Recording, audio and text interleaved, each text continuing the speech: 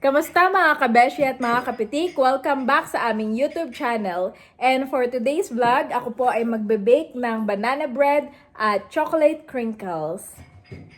Gusto mo, Andres? Papatigim ko sa iyo ang banana bread.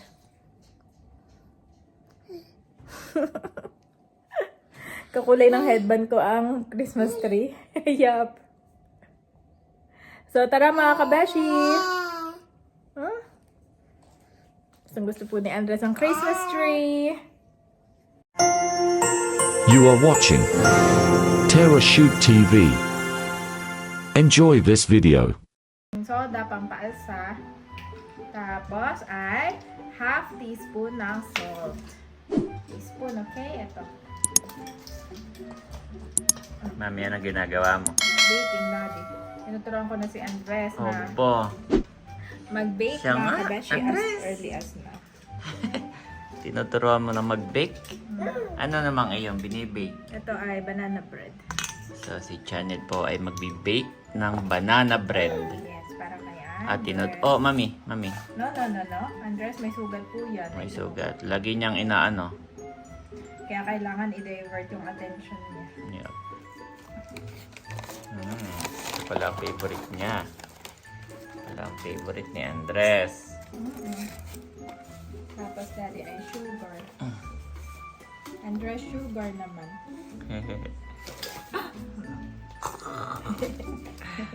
Ba si Janet? Nagpi-bake ng banana bread Yep. sa harapan ni Andres. Yes. Chef Andres, the baker. Andres the baker. Yes. Mm. Tapos Ano? may 3 eggs. Ano Andres? Anong sabi mo? Ano kinakain mo? Ha, Andres? What are you eating? Ano, baby? 3 egg. What? Aba, ubos na mami. Aba. Okay, more.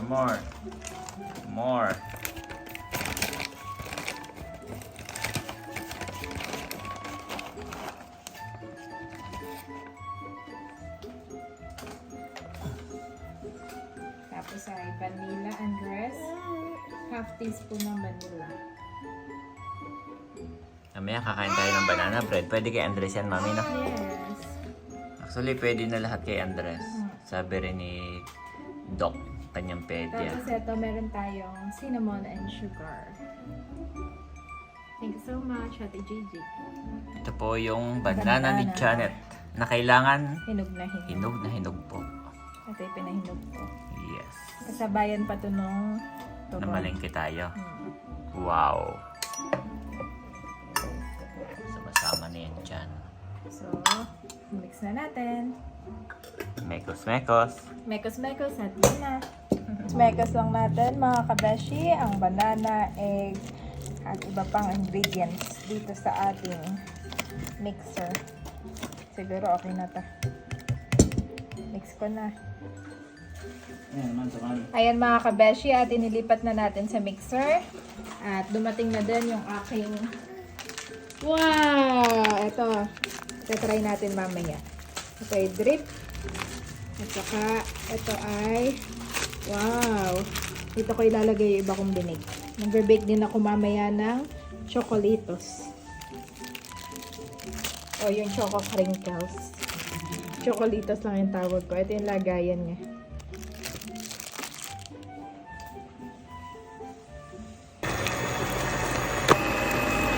Tapos ay lalagyan ko na ng flour. Konti-konti lang muna. Itong flour ay may kasama ng salt saka baking soda.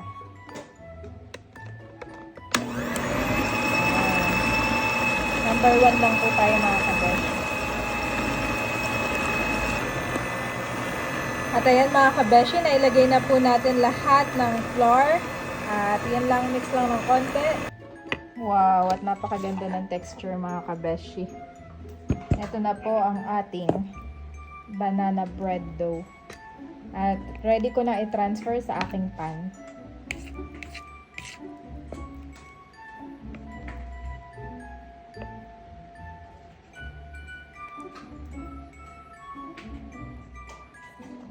Ito na mga kabeshi, ang aking banana bread in a pan. Sa aluminum foil lang po ito.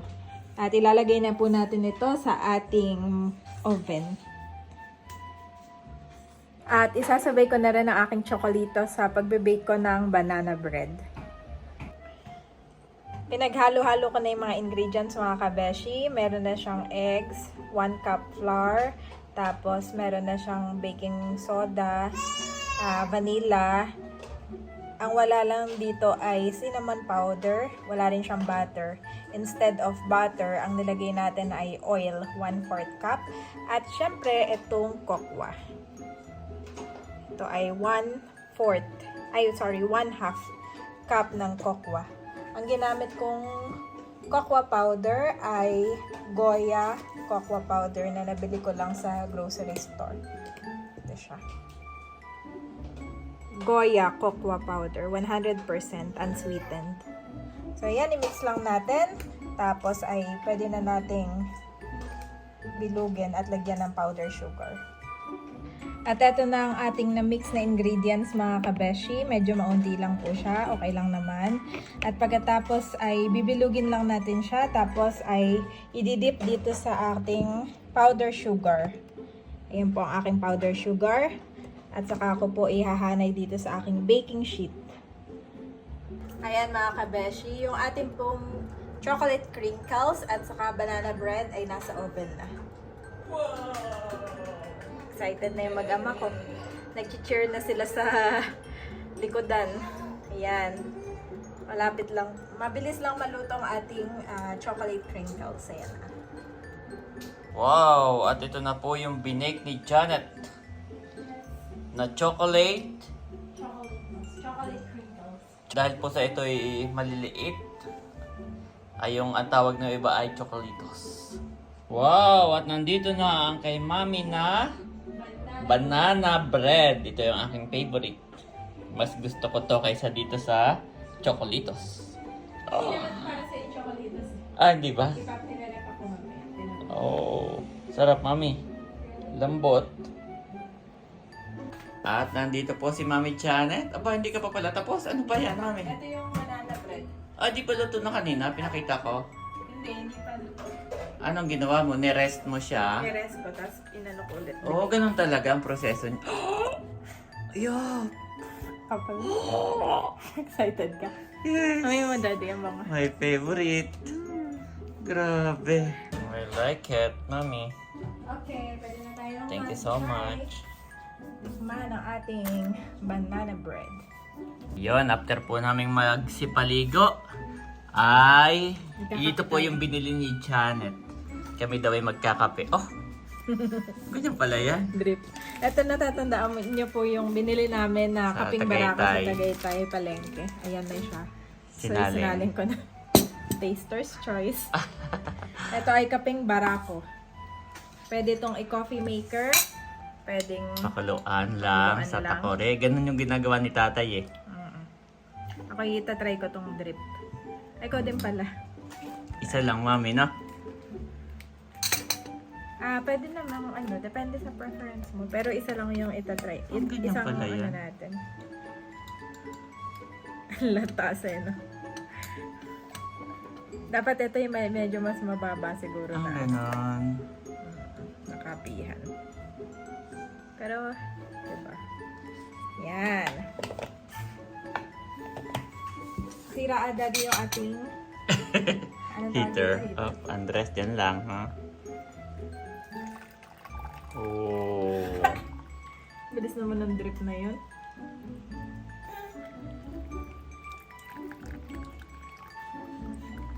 Oh. Order. Oh. Okay na yun, Mami. Tama na sa akin yung water ko. Okay na yan. Ay, kukunti pa pala. Kala mo na. Kala ko ang dami na. Sorry. Negosyo. At ito po. Para siyang tea. Ba't nakaganito lang to? Dapat nakabuntog. Nakabuntag. Tapos saka matitimplahan, pwede mo lagyan ng milk saka sugar. Nakabuntag lang siya dad. Ayan po. Meron pala kami ganitong tasa, Mami. Ito muna ilalagay mo. Ayan. Yan, oh. Mas okay na. Mas abot. Oo. Ay, Yan. yan. Kasi wala pa tayong coffee maker, Daddy. So, pwede to. Ito, pwede tong pag nag-travel ka. Or Oops. kapag... Ganun pala Ito yun. yung Tapos parang nakabuntog sachet. lang siya, no? Oh, nakabuntog. Ganyan. Ganyan. Ito po yung sa akin. Yan. Makabo. At Ang yung dami nang nilagay kay na Mami yan. Janet yun. Tapos nakabuntog lang talaga siya, no? Oo. Paano ko to higupin? Tatanggal-tanggalin pa natin, tapos higupin. Kapag okay ka na doon sa kulay, example, Oo. okay na sa'yo. Wala, hindi malamig okay na. sa'yo. Ngayon, pwede mo nang tikman. Tapos, Daddy, pag okay ka na, pwede mo lang lagyan ng milk ko. Ito yung milk ko sa ref.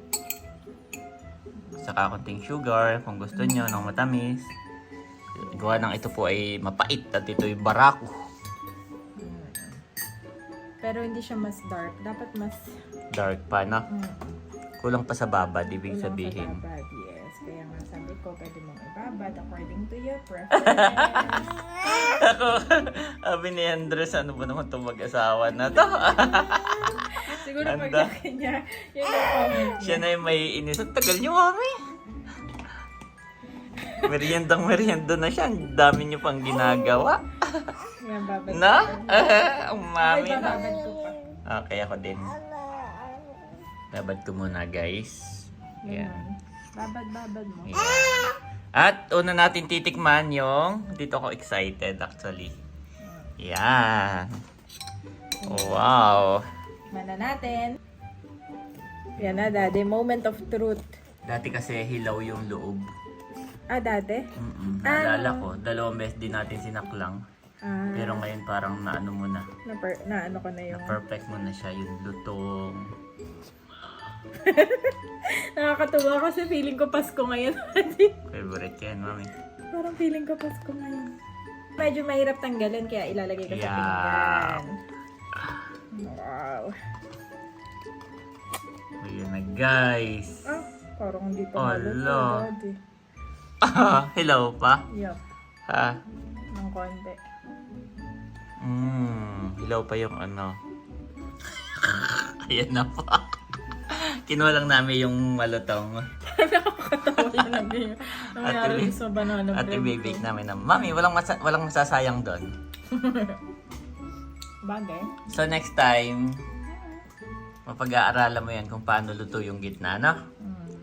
Paki-comment naman po kay Janet, paano luto yung gitna. Oh, sarap, Mami. Pero natikman ko siya, ang sarap. Kaya mo, tinik mo. I like it. Doon sa kamay ko, di ba? Di ba tinanggal natin? Ito po. Sarap niya. Sarap nga niya, Daddy. Sarap nga. Yung timpla mo, walang question doon, Mami. Sarap. Yung paano mo na lang siya lulutuin. Mag-enjoy. Cooking show na lang. Kape po tayo. Oh, ano naman yan, Mami? Dami ng pakulo. Ano naman Ito yung yan? ilalagay ko dito. Ah, Ito okay. yung pag-giveaway ko. Oh, baka mahirapan ka sa dami ng papag-giveaway mo. Mga dalawang piraso na nakalagay. Kasi kaya ang dalawa. Dapat mas maliit pa next time, Mami. Maliit. Na, masyado siyang malaki. Masyado maliit pala itong nabili ko, no? Yeah. Masyado malaki. Another fail. Opo, akala ni Andres ay kanya, Mami. Aba. Yes, kuha ka ng dalawang maliit. Ito, pwede ko na ba tikman to, Mami pala? Tignan mo. Thank you, ha. Ito po, guys. Sarap yan. Tignan mo. Ito yung perfect mo yung pagkakabake. Yan, no? Yung loob, lutong-lutok. Kasi maliliit siya, no? Sarap. Dalawang maliit lang pala. Cute. Ilang ano to? Ilang araw to? Matagal yan. Ano Oh, pa okay. Ako na, mga kabeshi. Yung pa pala natitikman. Iyon, may na-bake ka naman na ano. Sarap. Yung ano lang talaga. Ang kailangan mong perfectin. Ito mami, gustong gusto ko yung texture nito. Yung pagdating lang sa ilalim, no? Pero hindi masasayang sa akin, mami. Lutuin mo lang at iubos. My favorite. Tingnan mo, naubos ko lahat. Yung madami. Ito yung pang breakfast. Oh, ganun ba yun? Hindi pala yan isang anuhan. Hindi isang upuan lang. Through Jesus, therefore, let us continually offer to God a sacrifice of praise, the fruit of lips that openly profess his name. Hebrews 13:15 NIV.